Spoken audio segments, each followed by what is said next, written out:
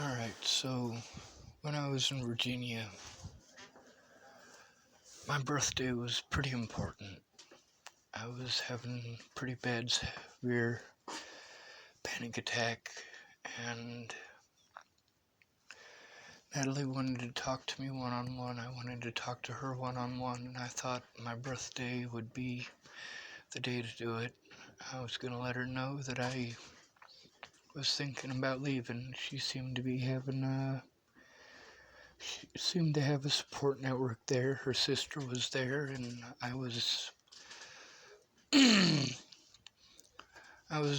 staying behind the Starbucks where Alicia's boyfriend worked. It's in the same building that Alicia used to work at. She quit her job 10 minutes after giving me that busted ass phone. And Alicia wanted to go. Natalie always did what Alicia wanted. It was pretty important to have that conversation, and we never got to have it. Instead, Alicia was pretty mean to me. I don't know if it was a jealousy issue because, Alicia got to spend a lot of time with me there, and Natalie didn't. Alicia and I spent a lot of one-on-one time together there. We ate lunch together. She called me over every time she had a cigarette break. When I left there, the only person that I actually trusted to explain the situation to was Maddie Boa. I was having a severe panic attack, you know? I was separated from everybody, and when I left there, I knew how they were going to take it. I was hoping that they wouldn't, but when they did, I left. I blocked them and I left.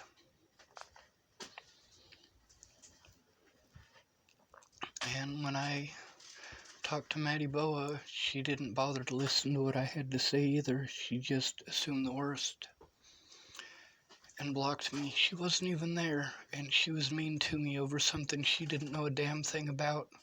She only heard one side. Mine wasn't even worth hearing. Just like with Natalie and Alicia. Well, Alicia, I should say. Natalie was willing to listen at that point, but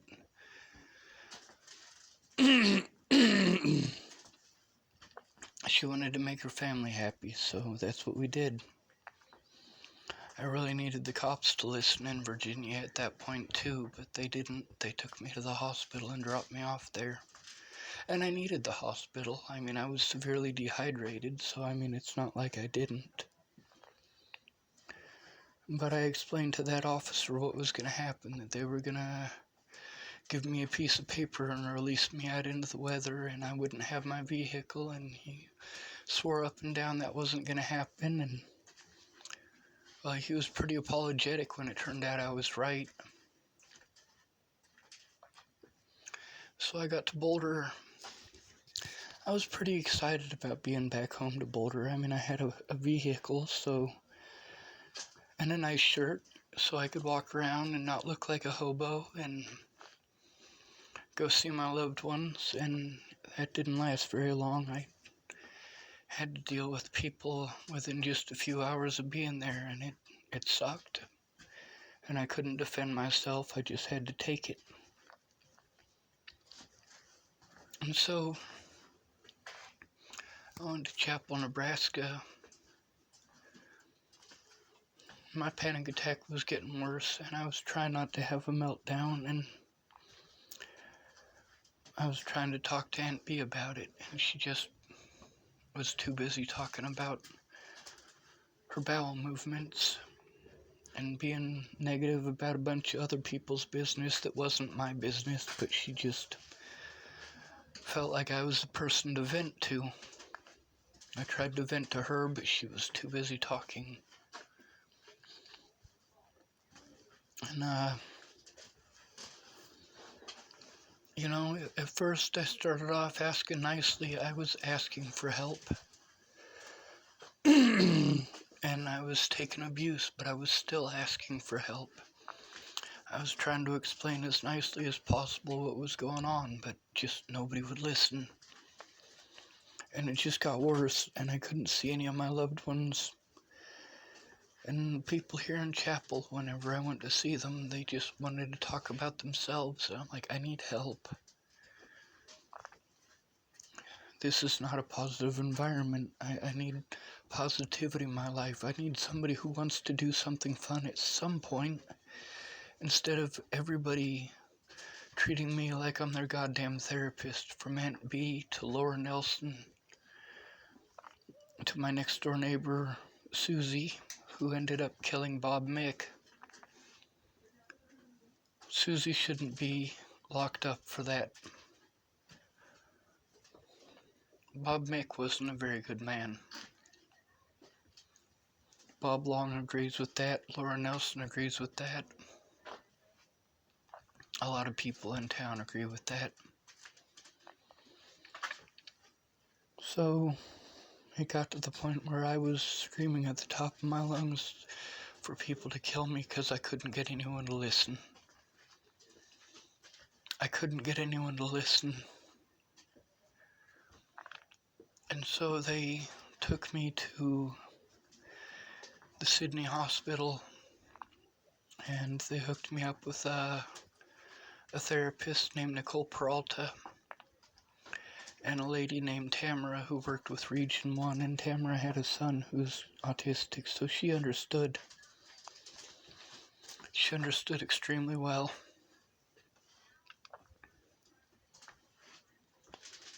She listened very well. She was the only person who listened, literally the only person who listened, and that's why she's so important. When she quit her job, that's when I moved down to Ken and Leah's. I was still paying rent at low income here, and I was paying rent at Ken and Leah's. And I always listened to Leah talking about herself nonstop, 24 hours a day. If I tried to speak, I was interrupting. If her son tried to speak, he was interrupting, and he was sent to his room. Y'all are mean to autistic people.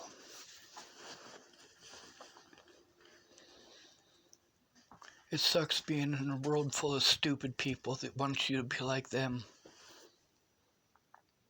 Leah's son understands that. I understand that. Chris Stegeman understands that. Most intelligent people understand that. That stupid people are going to punish you if you're not stupid, so you have to pretend you're stupid.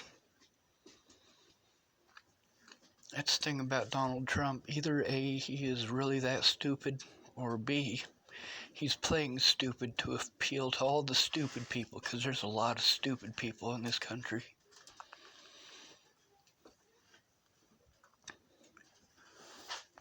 When I went to Miss Peaches for help, she just wanted to talk about herself. Give me advice without listening to what was going on. Everybody does that. Except for Tamara. Tamara listened. Tamara understood. I had to deal with a bunch of fake people.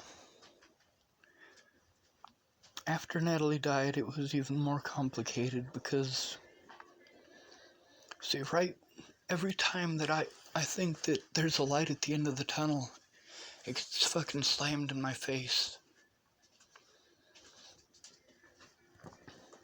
Like when Natalie was finally going to sit down with me and talk with me, I wanted to do it at the police station so it would be documented by the cops. She wanted to do it at Starbucks, and I went through hell to get there. I mean, I walked over 100 blocks to meet her where she had asked, and it ended up being a protection order. I mean, here I am going to a place where most of my loved ones lived in Boulder. Most of the people that were positive, that didn't just nonstop bitch at me about their problems. I was allowed to be who I am in Boulder.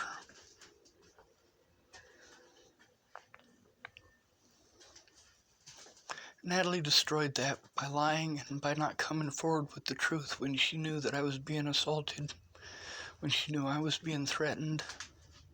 But then again, she didn't know that because she wasn't there. I never got to defend myself. Never once. I didn't get to defend myself to Natalie Bollinger. I didn't get to defend myself to Maddie Boa. I didn't get to defend myself to Alicia Bollinger. I didn't get to defend myself to the police or to the people assaulting me.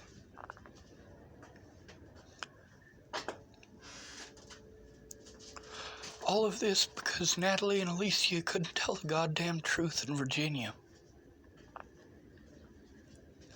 And I gotta deal with Shannon Alvarado, who talks about herself almost non-stop. How the hell are any of these people gonna help me if they can't stop talking about themselves? And then there's Dan Favorite complains that I never ask him about himself. That's the thing with Erin Cockerham. I know a lot about her because she wouldn't stop talking about herself. And Mandy Hughes talking about herself. Layla Johnson wanted to talk about herself, but the stuff that she was typing was all bullshit. I mean, Jesus fucking Christ, I just needed someone to listen to me with the intent of understanding and actually helping. Instead, I got strangers who say that they'll listen, but all they do is try to poke holes. Like, why don't you stop interrupting me? Stop talking about yourself. This isn't an exchange. If you're gonna help me, you need to fucking listen. How am I not supposed to be overwhelmed when I'm not allowed to defend myself anywhere? I'm not allowed to show evidence anywhere. I get in trouble for posting evidence on Facebook. I get in trouble for posting evidence. You know how fucked up that is? Meanwhile, I wouldn't be posting evidence if I was allowed to fucking defend myself.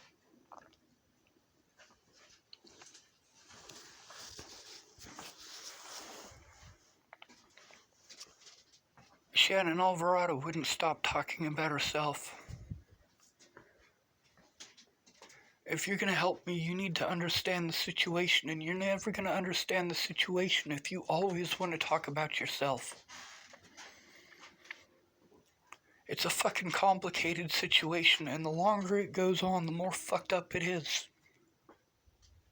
The only way to get the police to fucking listen is to get someone to go in with me. And how am I going to get somebody to go in with me if the people that I'm asking to go in with me won't even fucking listen?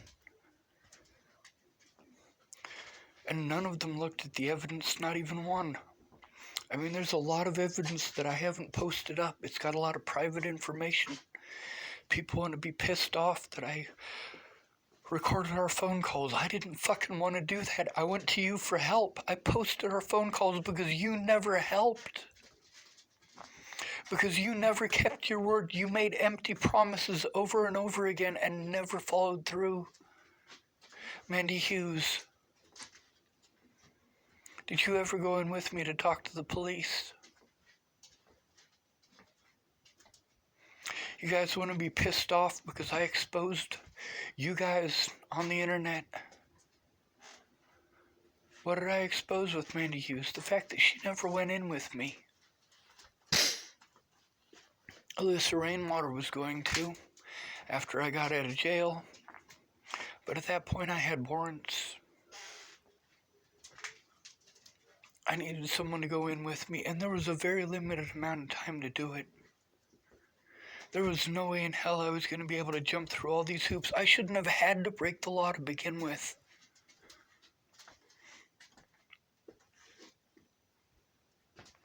I used to post about situations on Facebook, and I wouldn't use people's names.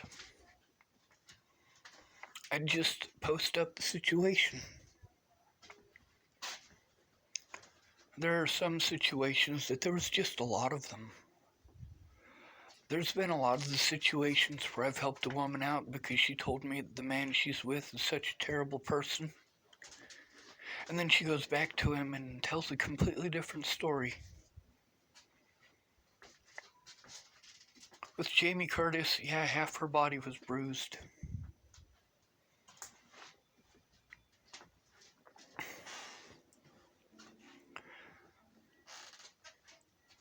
I need help. I don't need people to tell me what to do. I need them to fucking listen to what's going on. Stop giving me advice and listen to what the fuck is going on. With Shannon Alvarado, she couldn't stop making the same goddamn suggestion over and over and over again. No, Shannon, I just told you why the library is not going to work. You telling me 30 more times literally in the same conversation. Our last conversation that we had here in Nebraska, fucking in 2018, like our third one, the first conversation, she just wouldn't stop talking about the library. The second one, she wouldn't stop talking about the library.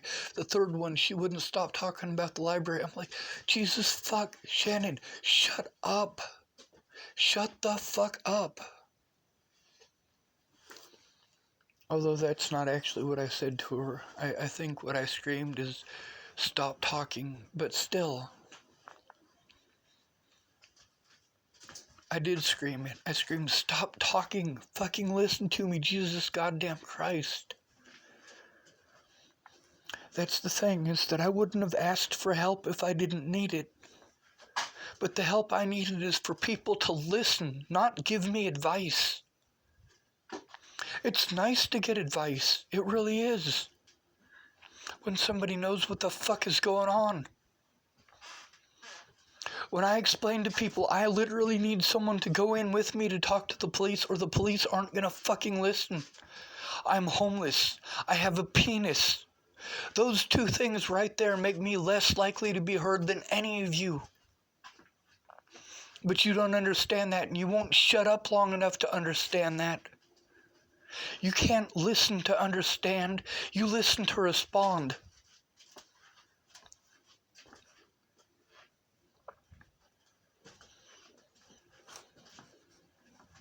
Miss Peaches should have fucking kept her word. If she cared about me, if any of these people actually cared about me, they would have shut up and listened and done as I asked. I did as they asked. When Shannon Alvarado was looking for her friend Marnie, what did I do? I posted up I made a video about her friend missing, and I posted up about her friend missing.